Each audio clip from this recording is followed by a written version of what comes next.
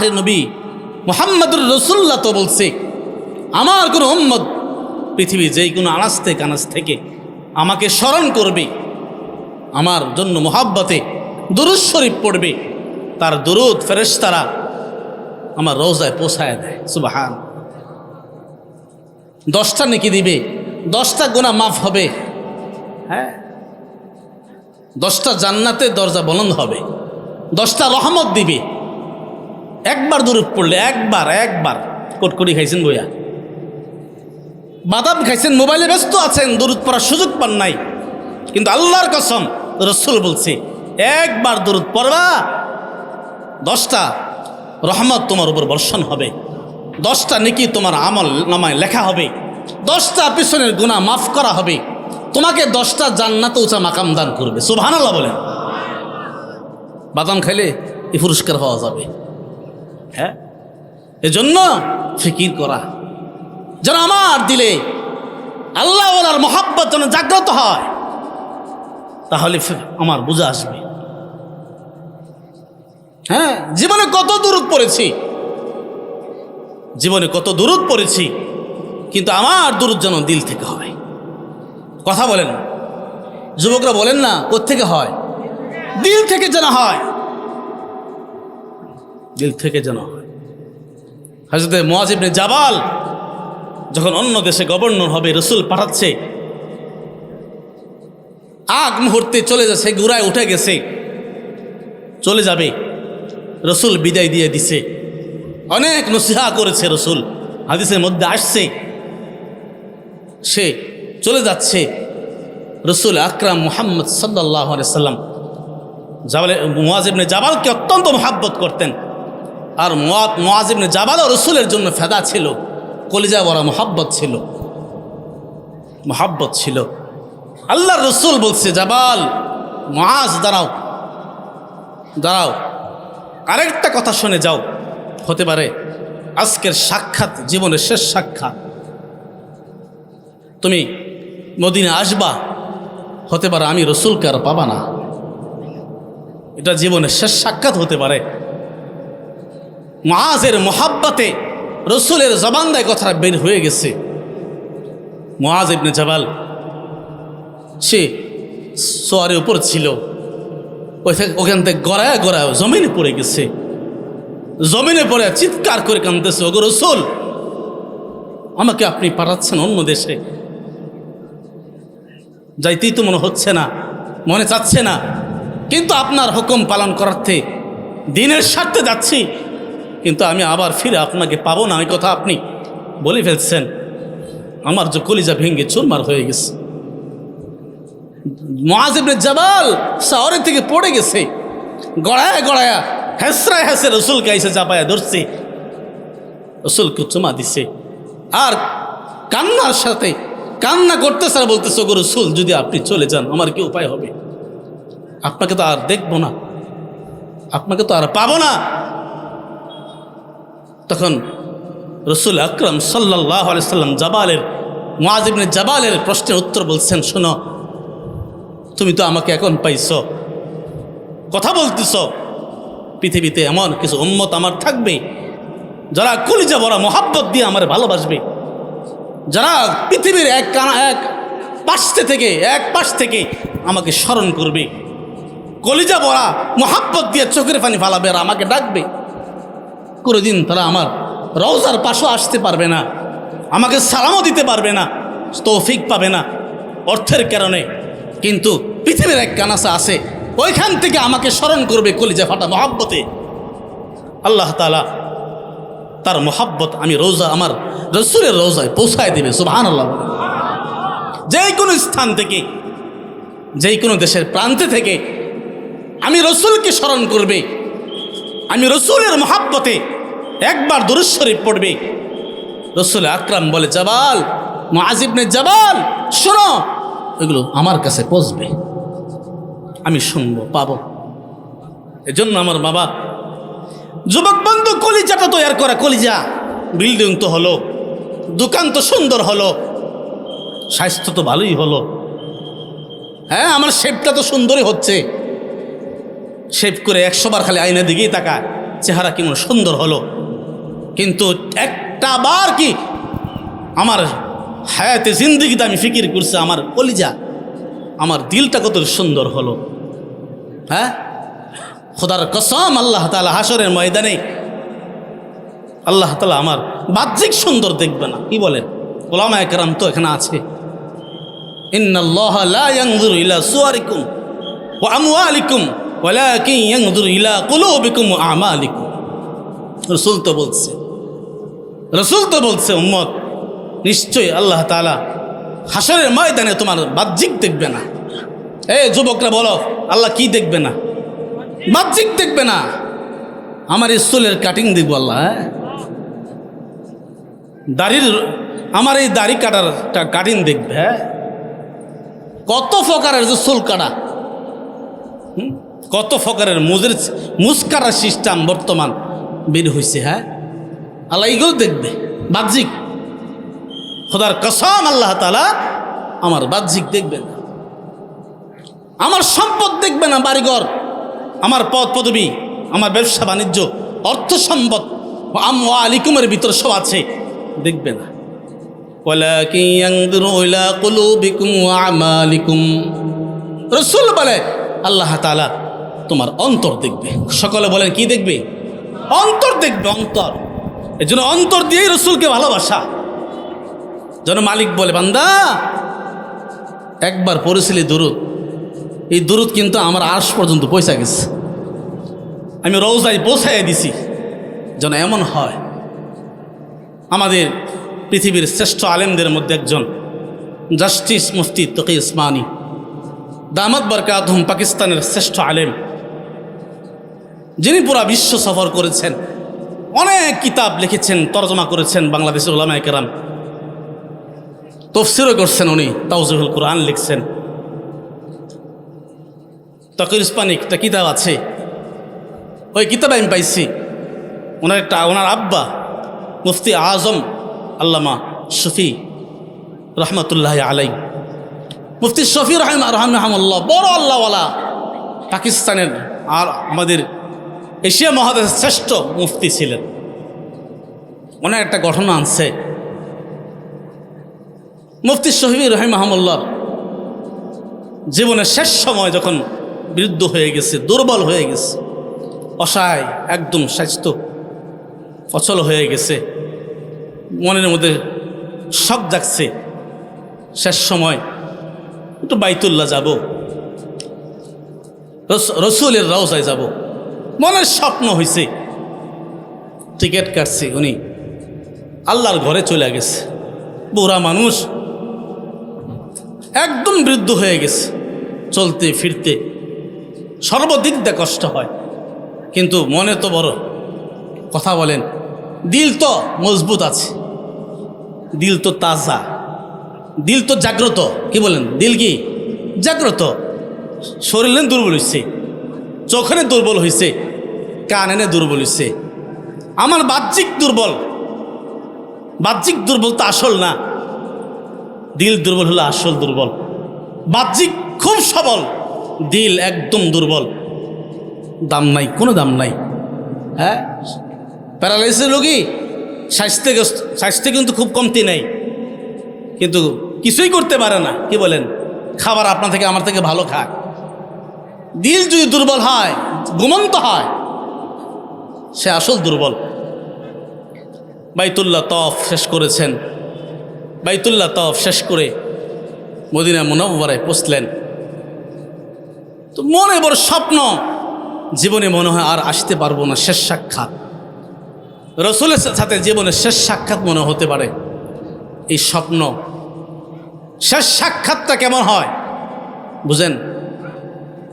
রওজার পাশে যাবে, যারা মদিনা মুনাওয়ারায় গেছেন দেখছেন, এখন তো প্রচণ্ড ভিড়, অনেক ঘুরে তারপর দূর দিয়ে সালাম দিতে হয়। আগে তো একদম রওজার পাশে দিয়ে রাস্তা ছিল, যারা 2020-এর আগে গেছেন তারা একদম পাশে দিয়ে গেছেন, এখন কিন্তু একটু দূরত্ব হয়েছে, পুলিশ তুলিশ থাকে অনেক কররা। আল্লামা শফি আল্লাহওয়ালা বুজুর্গ, রসুলের সাথে কথা বলবে, বড় আশা নিয়ে একদম রওজার পাশে কাতার ধরছে। আস্তে আস্তে আস্তে আস্তে অগ্রসর হচ্ছে হচ্ছে, সামনে গেছে, গিয়া রওজার সামনে দাঁড়াইছে, শুধু সালামটা দিছে। আরে মনে কিছু আবেগী কথা ছিল রসুলের সাথে বলবে, দিল তো খোলা, কাশফ তো খোলা, দিলের চক্ষু তো তাদের আছে। আমিনে দেখি মাটি, আমিনে দেখি মাটি, আল্লাহওয়ালারা অনেক কিছু দেখে, কি বলেন ঠিক না? আল্লামা শফি রওজার সামনে গিয়ে সালামটা মাত্র দিছে, যুবকদের এক দল আইসা ধাক্কা দিছে, বুজুর্গরে সরাই দিছে করে। আল্লাহ ওলি একদম ধাক্কা দেওয়ার পাশে, ধাক্কা দেওয়ার সাথে সাথে অন্য পাশে চলে গেছে। বড় কষ্ট পাইছে, বড় ব্যথা পাইছে, চোখের পানি ফালাইতেছে, খাম্বার মধ্যে জাবা দিয়ে পাঞ্জা দিয়ে দৌড়ছে, দৌড়া চোখের পানি ফালাইতেছে।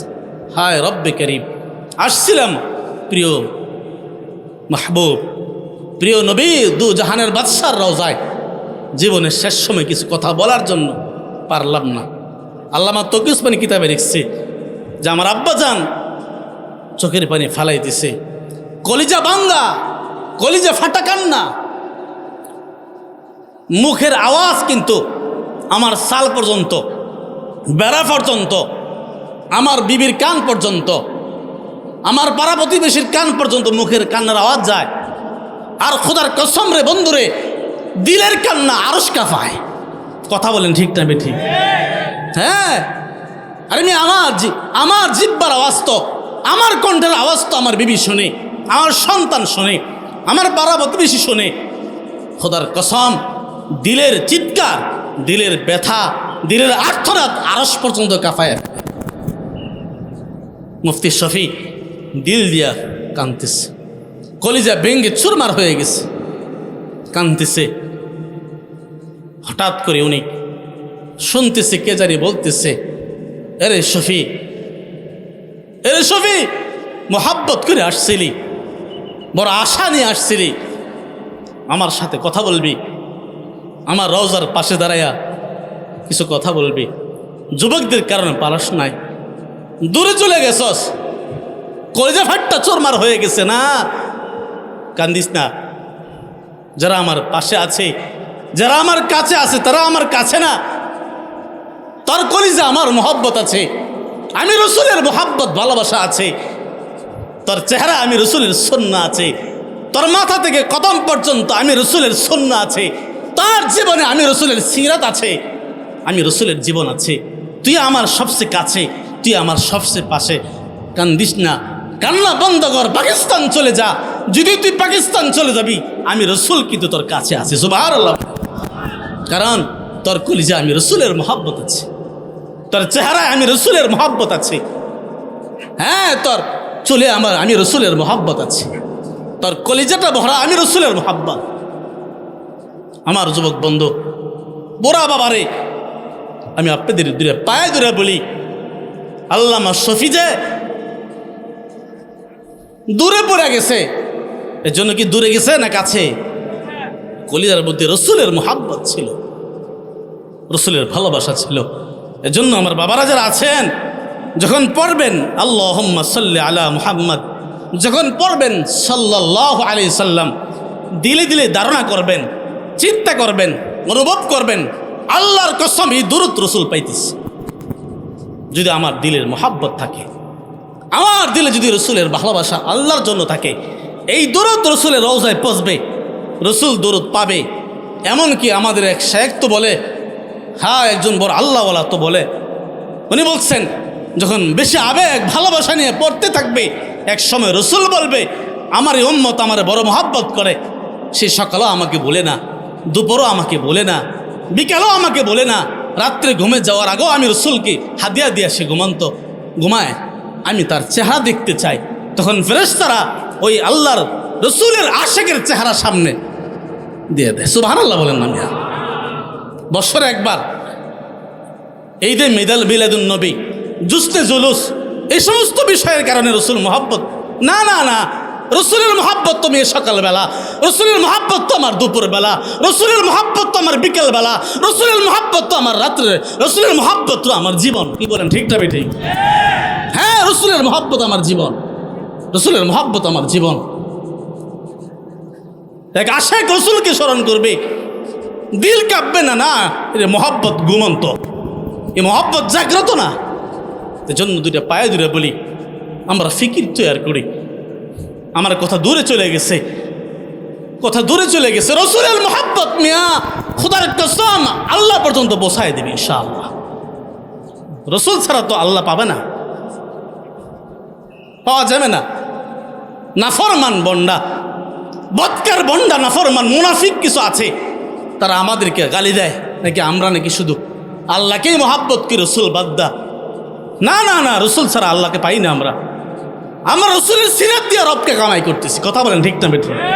রসুলের সিরাত দিয়ে, রসুলের সিরাত দিয়ে আমার জীবন, আমার রবকে আমি কামাই করতেছি। আফসোস লাগে, বড় আফসোস লাগে। হ্যাঁ, মাথা থেকে পাওয়া পর্যন্ত সুন্নাহ দিয়ে পরিপূর্ণ, আর জালেমের মাথা থেকে পাওয়া পর্যন্ত শয়তানি দিয়ে পরিপূর্ণ। সে নাকি আবার এই সুন্নাহ আল্লাহ ওলা কি বকা দেয়। ঠিক না বেঠিক? কথা বলেন না। কলিজা কলিজা ভরা আল্লাহ রসুলের মহাব্বত, তার মধ্যে মহাব্বত নাই।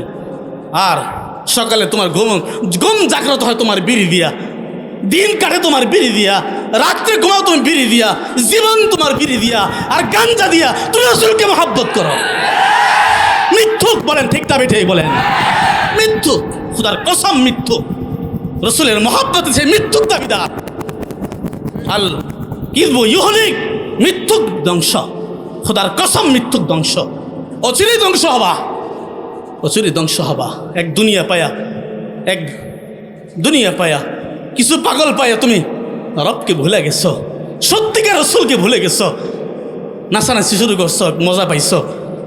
কবে তোমার মাথার দুই রগ ছিঁড়ে যায়, কবে তুমি ক্যান্সারে আক্রান্ত হয়ে যাও, কবে তুমি আল্লাহর দরাত পড়ে যাও, তখন কি করবা?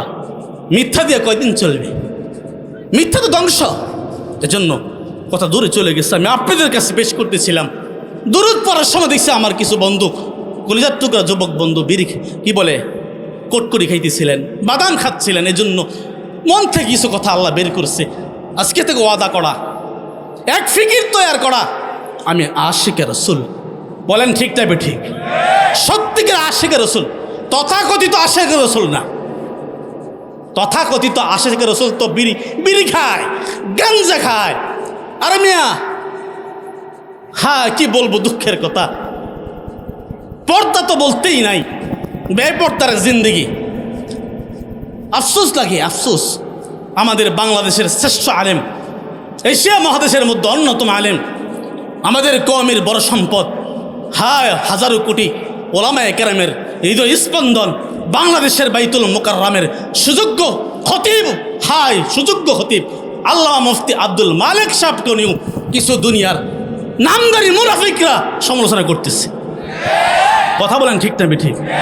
মোবাইল খুললে হায় তাকে দেখলে ঘৃণা আসে, এমন লোক আছে। এত বড় আল্লাহওয়ালা, এত বড় আল্লাহওয়ালাকে নিয়ে সমালোচনা করে। কোথায় চলে গেছে, কোথায় চলে গেছে? এজন্য এই যুবক, তোমরা জাগ্রত হও। হে আনিসুর রহমান সাবির প্রেমিক যুবক, তুমি জাগ্রত হও, দিলটা খোলো। ওলামায়ে কেরামের জন্য, ইসলামের জন্য দিনের দুর্গ তৈরি করো তোমরা ইনশাআল্লাহ। বেদাতি, ভণ্ডামি এই সমস্ত চলবে না। আমরা হক ওলামায়ে কেরামের সঙ্গে আছি। আমরা সত্যিকার আশিক রসুল হতে চাই ইনশাআল্লাহ, ইনশাআল্লাহ। যাকে দেখলেই আল্লাহর কথা স্মরণ হয়। কথা বলেন, যাকে দেখলে কি হয়? আল্লাহর কথা স্মরণ হয় ইনশাআল্লাহ। আল্লাহ পাক আমাদের কলিজা থেকে রসুলকে মহাব্বত করার তৌফিক দান করুন। আমি আপনাদের সামনে সূরা নাজিয়ার শেষে দুইটা আয়াত তেলাওয়াত করেছি। হুজুর তো আসতেছে, সেই হুজুরের বয়ান বাদ মাগরিব বন হয় আমাদের নাগরিকান্দি ব্রিজের পাশে। এছাড়া আগেই বয়ান ছাড়ছেন, যোগাযোগ হচ্ছে, আসতেছেন ইনশাআল্লাহ। আমরা তো অধৈর্য হলে চলবে না। আজকে একটু সময় তো কোরবানি করা দরকার। কি বলেন যুবকরা, কি বলেন? একটু তো কোরবানি করা দরকার। কোরবানি করা দরকার। এই মাহফিলটা হতে গিয়া আমার যুবক বন্ধুরা এলাকাবাসী কত মেহনত করছে, কত কষ্ট করছে। গতকালকে সকাল ফজরের পর থেকে দুপুর কি 3টা-4টা পর্যন্ত বৃষ্টি ছিল, ঠিক না? আজকে এই মাঠে মাহফিল, তাই আমি মনে করি যুবকদের এই তাজা রক্ত ঘামে পড়ছে, গ্রাম হয়ে জমেনে পড়ছে। আল্লাহ মেহরবানি করে আজকে মাহফিলটা পরিবেশ করে দিয়েছে, এই জন্য করে আলহামদুলিল্লাহ। আমি আপনাদের সামনে যে আয়াত তেলাওয়াত করেছি, আল্লাহ তাআলা বলেন, শুধু আয়াতের তর্জমা করে ইনশাআল্লাহ হুজুর আসলে আমি হুজুরকে দেখলে আমি ছেড়ে দেবো ইনশাআল্লাহ। আল্লাহ তাআলা বলেন, ও আম্মা মান খাফা মাকামা রাব্বিহি ওয়া নাহান নাফসা আনিল হাওয়া। ওলামায়ে কেরাম যারা আসছেন, আপনারা তো আয়াতও পড়েন, অর্থও জানেন, ব্যাখ্যাও জানেন। আমার আলোচনা হলো আমার জন্য। ওলামায়ে কেরাম যারা বিজ্ঞরা আছেন আপনাদেরকে সবক শোনাচ্ছি, আর আমার যুবক বন্ধুরা যারা আছে, আমার বাবারা যারা আছে, এদের পায়ে ধরে বলতেছি, দিল দিয়ে শোনা, দিল দিয়ে শোনা। আল্লাহ তাআলা কি বলেন, ও আম্মা মান খাফা মাকামা রাব্বিহি, আমার জি বান্দা, আমার জি বান্দি আমার সাথে মোলাকাত করবে, সাক্ষাৎ করবে, আমি রবের সামনে আসবে, এই ভয়ে, এই আশঙ্কা, এই টেনশনে, ওয়ানাহান নাফসা আনিল হাওয়া, নফসের সকল প্রকার গুনাহ ছেড়ে দেয়, নফসের চাহিদাকে পুরা করে না, আল্লাহর মহাব্বতে, আল্লাহর ভয়ে গুনাহ ছেড়ে দেয়। রবের সাথে সাক্ষাৎ করতে হবে, মুলাকাত করতে হবে, আমার মালিকের সামনে যেতে হবে। শুধু এই টেনশন, এই ফিকির, এই ভয়, হায় আমার চক্ষু বন্ধ হলে তো আমি, আমার মালিক ছাড়া কেউ নাই। কি বলেন? আজকে আমার চক্ষু বন্ধ হলে আমার লাশটা জমিনে পড়ে যাবে, বড়ই চিৎকার দিবে আমার বিবি, সন্তান আব্বা আব্বা করে চিৎকার করবে। হ্যাঁ, বিবি চিৎকার দিবে, স্বামী চিৎকার দিবে, কিন্তু হায় আমার তো আপন বলতে কেউ নাই আল্লাহ তাআলা ছাড়া। আমার সেই মালিকের কাছে যেতে হবে, মালিকের সামনে যেতে হবে, মালিকের সাথে মোলাকাত করতে হবে। মাশাআল্লাহ, সকালে বলেন আলহামদুলিল্লাহ। আমাদের মুফতি আনিসুর রহমান আশরাফি, আমাদের সকলের কলিজার টুকরা, বাংলাদেশের হাজারো লক্ষ যুবকদের আইডল হুজুর আমাদের শেখ মুস্তাকিন নবীর কলিজার টুকরা হুজুর খানাবাড়ি চলে আসছে, এখন আলহামদুলিল্লাহ। এখন যারা বাহিরে আছেন আপনারা কি করবেন চিন্তা করেন, তাড়াতাড়ি ভিতরে চলে আসেন যেন হুজুর আইসা পুরা মাঠটা ভরপুর পায়। হ্যাঁ, খানা খাই ভাই, খানা খাইব, খানা খাইব।